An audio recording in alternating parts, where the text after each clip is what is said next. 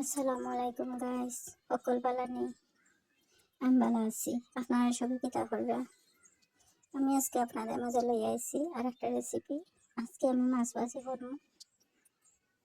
মাছগুলো আমি আগে তেল লাল করে রাখি দিছি, আর এটা আপনারা শেয়ার করলাম না। মাছ তো কিভাবে লাল করা হয় এটা তো আর আপনারা জানাই না। পেঁয়াজ আমি লাড়া দিছি তেলের মাঝে দিয়ে, এখন নাড়াচাড়া করতাম। পেঁয়াজ কিছু সময় নাড়াচাড়া করার পরে এখন তখন আমি কয়েক টুকরা কাঁচামরিচ দিছি। মাছ ভাজি কাঁচামরিচ না হলে কিন্তু ভালো লাগে না। আপনারা সব আছেন ভালো, আশা করি।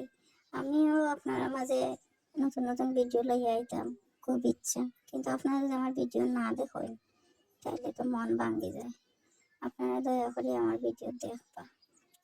আপনার লগে মারতে মারতে আমি পেঁয়াজের মাঝে একটু হলুদ গুঁড়া দিচ্ছি, দিয়া দেখুন নাড়াচাড়া করিয়া মাছও দিলাইছি। অলরেডি মাছ আমার রেডি হয়ে গেছে। এখন আমি এটার মাঝে দেশি ধনিয়া পাতা দিই।